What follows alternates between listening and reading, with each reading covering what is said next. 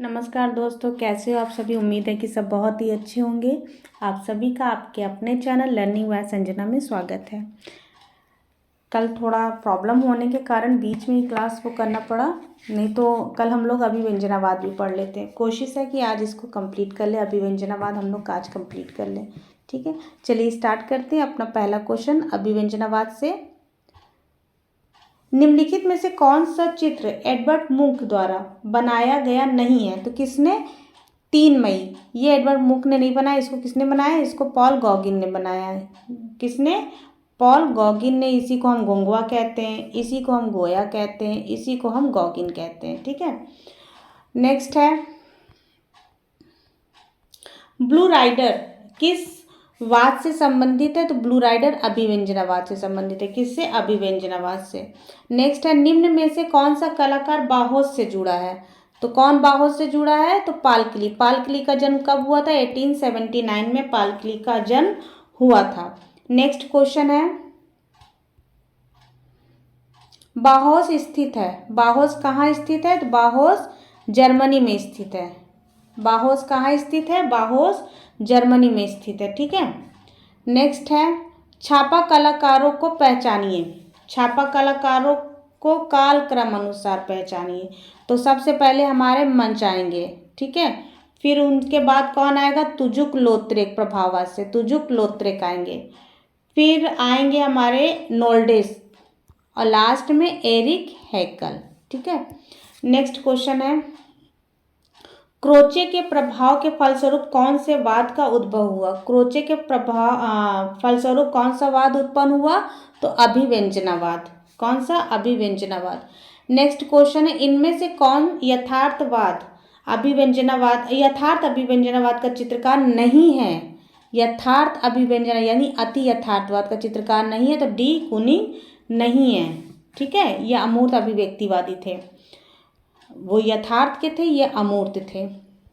Next है दी bridge कला समूह के सदस्य कौन कौन है इसमें से? तो E.L. कृष्णर, हेकल, एफ ब्लेल, के शेमिट रोटलफ, ये द ब्रिज के कलाकार हैं। ठीक है, नेक्स्ट है किस चित्रकार ने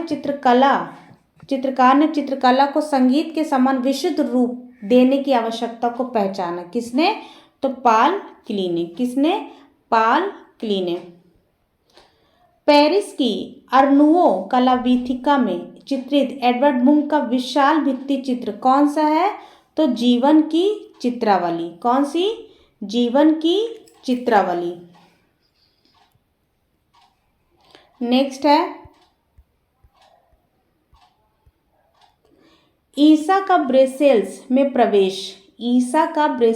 प्रवेश नामक चित्र किस चित्रकार का है? तो ईसा में ब्रसेल्स में प्रवेश ये जेम्स एंसोर का है। किसका? जेम्स एंसोर का है। नेक्स्ट है कुश्तीगरों का जुलूस नामक चित्र के चित्रकार कौन है? तो कुश्तीगरों का जुलूस नामक चित्र के चित्रकार है फर्डिनांड होडलर। कौन? फर्डिनांड होडलर। इनके अन्य चित्र हैं रात, जीवन में संत्रस्त, वंचित आत्माएं और विलियम टेल। किसका है ये चित्र? फर्डिनांड होडलर का। नेक्स्ट है निम्न में से किसकी कला में अभिव्यंजनावाद के चित्र दृष्टिगोचर होते हैं? अभिव्यंजनावाद के चित्र इनमें से किस में दिखाई देता है? तो ये वान गो में दिखाई देता है, जिसका पूरा नाम है विंसेंट वॉन गॉग।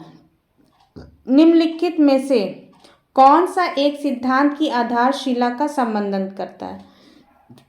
कौन सा एक सिद्धांत की आधारशिला का समर्थन करता है? तो ये गेस्टाल्ट सिद्धांत आधारशिला का समर्थन करता है। ठीक है, नेक्स्ट क्वेश्चन है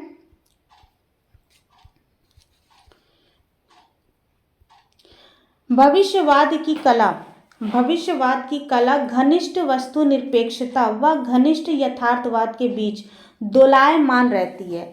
कैसे दोलायमान रहती है? कभी इधर जाती है, कभी इधर जाती है, दोलायमान। ठीक है, तो किसने ऐसा कहा था? ऐसा कांडिस्की ने कहा था। किसने कहा था? कांडिस्की ने कहा था। नेक्स्ट है मुंक ने 1905 में किस संस्था की स्थापना की थी? तो मुंख ने 1905 में सेतु नामक संस्था की स्थापना की थी। किसकी? सेतु नामक संस्था की स्थापना की थी। किसने? मुंख ने की थी। नेक्स्ट है, अभिव्यंजनावाद की प्रधान क्रीड़ा भूमि थी, यानी कि अभिव्यंजनावाद का उदय कहाँ से हुआ था? तो ये जर्मनी से हुआ था। कहाँ से? जर्मनी से। नेक्स्ट क्वेश्चन है, अभिव्यक्तिवादी कला आंदोलन कब हुआ था? तो ये 1900 की शुरुआत में हुआ था। कब? 1900 की शुरुआत में हुआ था। नेक्स्ट है, निम्नलिखित में से किस सिद्धांत में अभिव्यंजनावाद का अभ्युदय को आलंबन दिया? तो स्वच्छंदतावाद ने। क्या है? किस सिद्धांत में अभिव्यंजनावाद के अभ्युदय को आलंबन प्रदान किया? किस सिद्धांत ने? तो स्वच्छंदतावाद ने। स्वच्छंदतावाद के बाद अभिव्यंजनावाद। ठीक।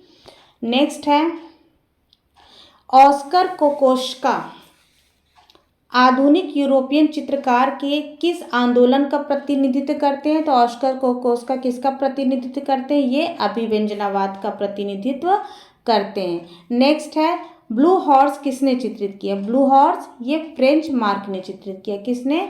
फ्रेंच मार्क ने चित्रित किया। नेक्स्ट है, अभिव्यंजनावाद का आंदोलन यूरोप के किस देश में उभरकर सामने आया? तो ये जर्मनी में उभरकर सामने आया था। कहाँ? जर्मनी में उभरकर सामने आया। किन वर्षों में अमूर्त अभिव्यंजनावाद यानी कि एब्स्ट्रैक्ट एक्सप्रेशनिज्म अमूर्त अभिव्यंजनावाद एब्स्ट्रैक्ट एक्सप्रेशनिज्म जो मूलतः अमूर्त कला यानी एब्स्ट्रैक्ट आर्ट शैली का एक भेद है, अमेरिका में विकसित हुआ। इसका टाइम क्या था? तो 1940 से 1950 के दशक में ये विकसित हुआ था। नेक्स्ट क्वेश्चन है, अभिव्यंजनावादी चित्रकला का प्रारंभ कहाँ से हुआ? तो ये जर्मनी से हुआ। कहाँ से? जर्मनी से। नेक्स्ट है, अमूर्त अभिव्यंजनावादी चित्रकार कौन है? तो डी कुनिंग। कौन? डी कुनिंग। नेक्स्ट है, अभिव्यंजनात्मक कलाकार का नाम बताइए। तो कौन है? मुंख। कौन? मुंख। एंडी वार्होल किससे? ये पॉप से। पिकासो घनवाद से है। और ये दली यानी कि डाली की बात हो रही है, अति यथार्थवाद से है। नेक्स्ट है, इनमें से अभिव्यंजनावादी कलाकार नहीं है। कौन नहीं है अभिव्यंजनावादी कलाकार? तो पिएट मोंड्रियान नहीं है। ठीक है, बाकी सब हैं। नेक्स्ट है, पाल किली का जन्म कब हुआ था? तो 1879 में, जब अल्तामीरा की खोज हुई थी। बताया था ना, पीछे ही बता चुके हैं।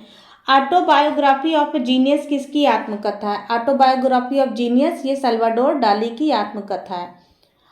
नेक्स्ट है, अभिव्यंजनावाद किस देश के कलाकारों द्वारा शुरू किया गया था? अभिव्यंजनावाद किस देश के कलाकारों द्वारा शुरू किया गया था? तो ये जर्मनी के कलाकारों के द्वारा शुरू किया गया था।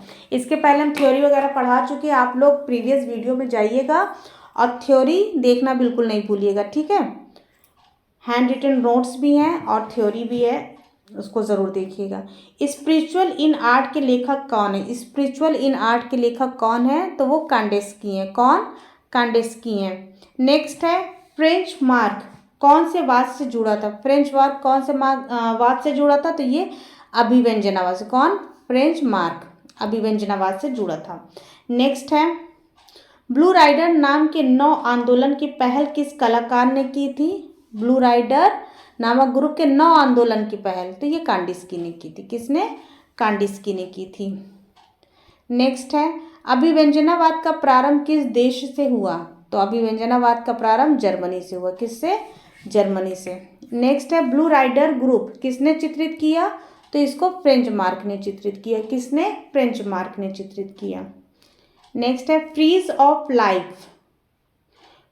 ऑफ लाइफ सीरीज के चित्रकार कौन है? तो एडवर्ड मुंक है। कौन? एडवर्ड मुंक है। नेक्स्ट है, उस देश को पहचानिए जहां से अभिव्यक्तिवाद एक कलात्मक आंदोलन के रूप में उद्गमित हुआ। तो जर्मनी। कहाँ से? जर्मनी से। नेक्स्ट है, नीचे दिए गए उत्तर में सबसे प्रसिद्ध जर्मनी अभिव्यक्तिवादियों में से एक की पहचान करिए। तो कौन? Max Beckmann. नेक्स्ट है, अभिव्यक्तिवाद की विशेषता को दुनिया के सामने पेश करना था। क्या था? तो दुनिया के सामने पेश करना अभिव्यक्तिवाद यानी भावनात्मक प्रभाव के लिए व्यक्तिपरक दुनिया की कल्पना में बदलना। ठीक है। नेक्स्ट है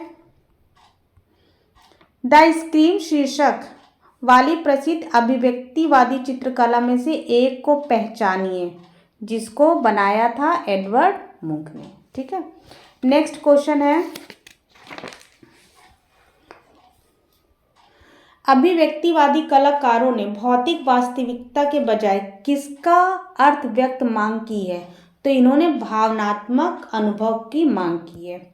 नेक्स्ट है एडवर्ड मुंक ने 4 संस्करणों में से एक प्रसिद्ध चित्रकला को चित्रित किया जिसका नाम है द स्क्रीम। क्या नाम है? The scream. नेक्स्ट है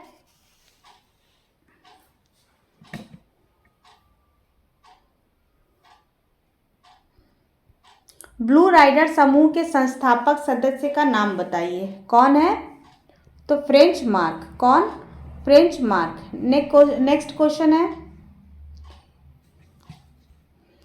अभिव्यक्तिवादी कला आंदोलन की विशिष्ट विशेषता क्या है? तो इसकी विशेषता है कला जो वास्तविकता के बजाय भावना को व्यक्त यानी अभिव्यक्ति करती है, अपनी भावना की अभिव्यक्ति करती है, वही इसकी मेन विशेषता है। नेक्स्ट है जर्मन पत्रिका द स्टॉर्म में किस ऑस्ट्रियन कलाकार ने अभिव्यक्तिवादी कला प्रदर्शित की है? तो किसने किया है? ऑस्कर कोकोश्का ने। किसने? ऑस्कर कोकोश्का ने। नेक्स्ट है किस कलाकार ने द लार्ज रेड हॉर्सेस को चित्रित किया और ब्लू राइडर समूह का संस्थापक सदस्य भी था? तो किसने किया था? तो फ्रेंच मार्क ने किया था। किसने? फ्रेंच मार्क ने किया था। नेक्स्ट है ब्लू राइडर समूह के किस अग्रणी सदस्य ने lady in a green jacket को चित्रित किया था? किसने किया था? अगस्त मैके ने lady in a green jacket. अगस्त में सावन का महीना थोड़ा बहुत रहता है तो उसमें ग्रीन ग्रीन सब पहनते हैं, तो वो लेडीज ग्रीन जैकेट पहनी थी अगस्त। नेक्स्ट है जर्मन अभिव्यक्तिवादी स्कूल की जड़ें डैश और डैश की कृतियों में रखी गई हैं जिन्होंने 1885 से 1900 की अवधि में एक बेहद व्यक्तिगत चित्रकला शैली को विकसित किया। कौन थे? तो विंसेंट वैन गॉग और एडवर्ड मुंक। नेक्स्ट क्वेश्चन है कला दृश्यमान का पुनरुत्पादन नहीं करती बल्कि वह दृश्यमान बनाती है, ऐसा किसने कहा था? पॉल क्ली ने कहा था। क्या कहा था? कला दृश्यमान का पुनरुत्पादन नहीं करती बल्कि वह दृश्यमान बनाती है, ऐसा पॉल क्ली ने कहा था। नेक्स्ट है कलाकृति ब्लू सर्कस किसका है? तो ये मार्क शागाल का है। किसका? मार्क शागाल का। नेक्स्ट है प्रस्तुतिकरण किस कला आंदोलन से जुड़ा है? प्रस्तुतिकरण किस कला आंदोलन से जुड़ा है? तो ये अभिव्यंजनावाद से जुड़ा है। ठीक है।